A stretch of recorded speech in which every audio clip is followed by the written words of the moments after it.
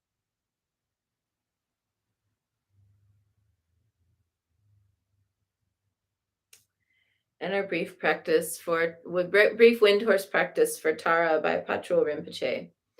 Lume chosum shidang jetsun ma galyum pakma drome jinti daki sisu paljorn yandraknam yarnu dadang yarji sushindu kepar kache wantang luntanam nyampa sushing chatu gawa long chije lekpe lamdu drawa dang sering neme dadang den shi. Through the blessing and power of the unfailing Buddha, Dharma, and Sangha, and of Jetsunma, mother of the Buddha's noble Tara, may our lifespan, merit, prosperity, and renown increase like a waxing moon, like a rising summer lake. Especially may our good fortune, Wangtong and Windhorse, be healed when they weaken, rejoined when interrupted, raised up when sinking down. May whatever we do turn out well, and may good health, long life, peace, and happiness be ours. Lume chosum shidang jetsunma galyum pakma drome jintuyi daki sisu peljornyan draknam yarnu dadang yarji soshindu kepar kaje wantang lungta nam nyampa soshing chatu gawalo shije lekpe lamdu drowa dang sering nime dadang denjur shi. And 108 recitations now of Om Mani Padme Hum, sending out the benefits of our practice to those in need today, in need of a little extra help in clearing the obstacles. Om Gam Ganapati Namaha. Om Mani Padme Hum, Om Mani Padme Hum, Om Mani Padme Hum, Om Mani Padme Hum. Om Mani Padme Hum, Om Mani Padme Hum, Om Mani Padme Hum, Om Mani Padme Hum, Om Mani Padme Hum, Om Mani Padme Hum, Om Mani Padme Hum, Om Mani Padme Hum. Om Mani Padme Hum, Om Mani Padme Hum, Om Mani Padme Hum, Om Mani Padme Hum, Om Mani Padme Hum, Om Mani Padme Hum, Om Mani Padme Hum, Om Mani Padme Hum. Om Mani Padme Hum, Om Mani Padme Hum, Om Mani Padme Hum, Om Mani Padme Hum, Om Mani Padme Hum, Om Mani Padme Hum, Om Mani Padme Hum, Om Mani Padme Hum. Om Mani Padme Hum, Om Mani Padme Hum, Om Mani Padme Hum, Om Mani Padme Hum, Om Mani Padme Hum, Om Mani Padme Hum, Om Mani Padme Hum, Om Mani Padme Hum.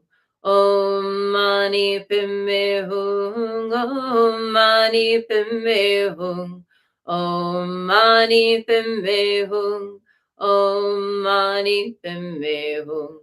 Om Mani Padme Hum, Om Mani Padme Hum, Om Mani Padme Hum, Om Mani Padme Hum.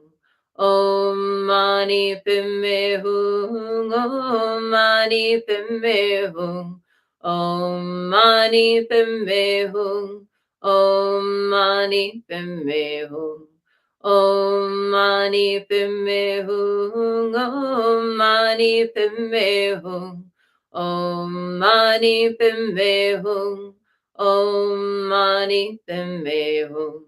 Om Mani Padme Hum, Om Mani Padme Hum, Om Mani Padme Hum, Om Mani Padme Hum, Om Mani Padme Hum, Om Mani Padme Hum, Om Mani Padme Hum, Om Mani Padme Hum.